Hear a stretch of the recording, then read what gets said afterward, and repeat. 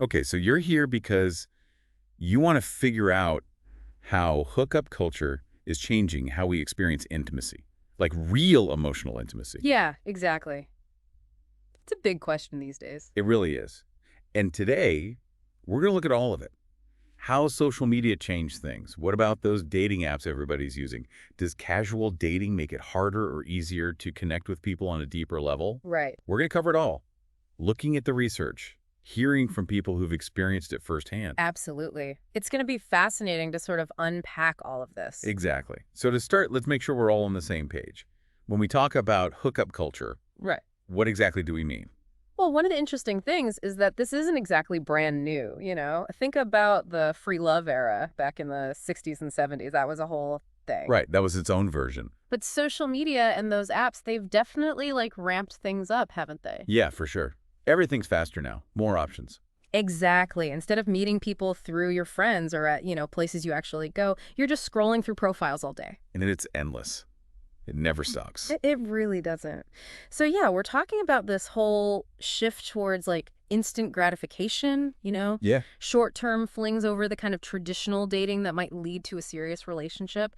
That's what we mean by hookup culture. I think that makes sense. Yeah. Is the whole scene, not just the physical part of it.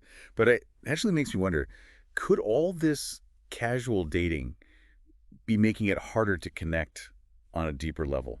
That's the million-dollar question, isn't it? It's complicated, to be honest. Some researchers are saying all these hookups can rewire our brains, like literally change how we respond to rewards. Whoa, really? Yeah.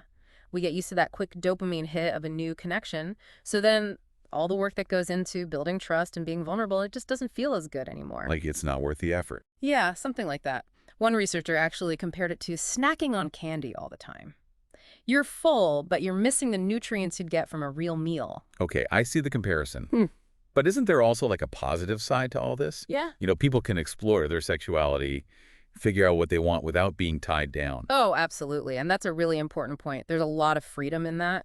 It can be a time to experiment, try different relationship styles, and learn about yourself before you commit to anything serious. Yeah. It's like a testing ground. Right, a testing ground. That's a good way to put it.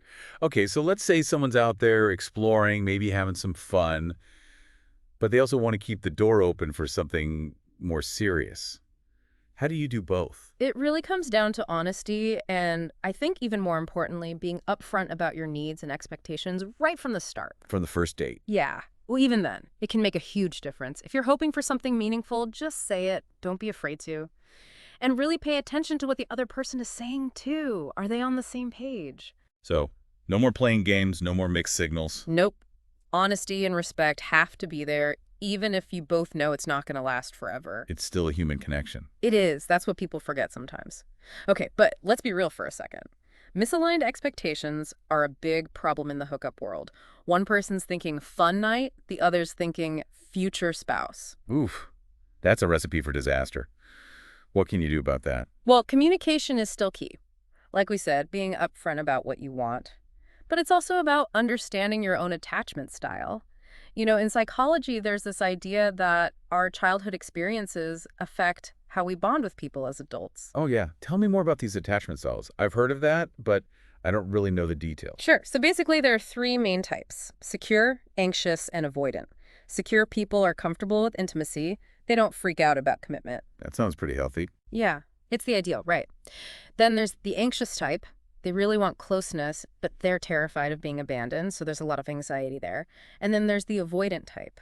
They get uncomfortable when things get too close, too intimate, so they keep their distance emotionally.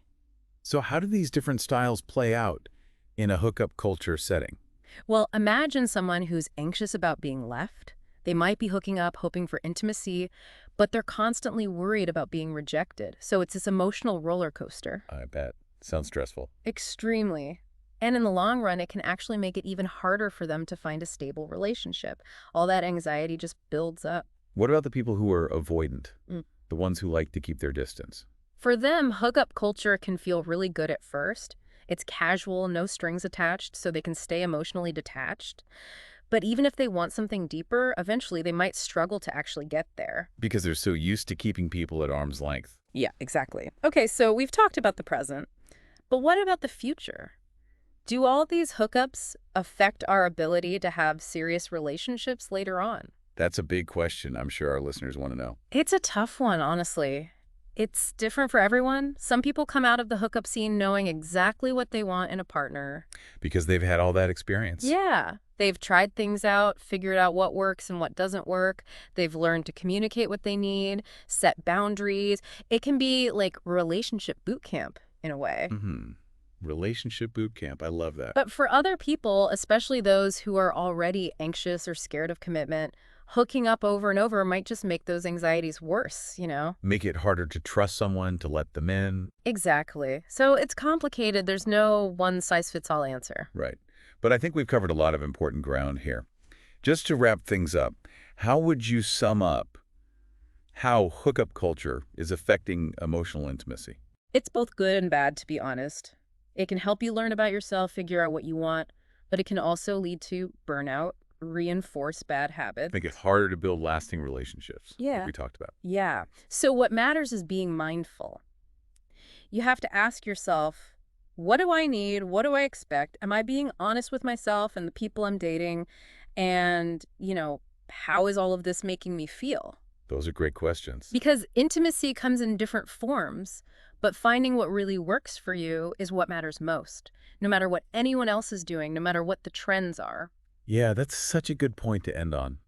And maybe all this talk about hookup culture will get more people talking about what they really want in relationships. I hope so. It's definitely something to think about, whether you're part of the hookup scene or not. Thanks for listening. Of course. Thanks for having me. Now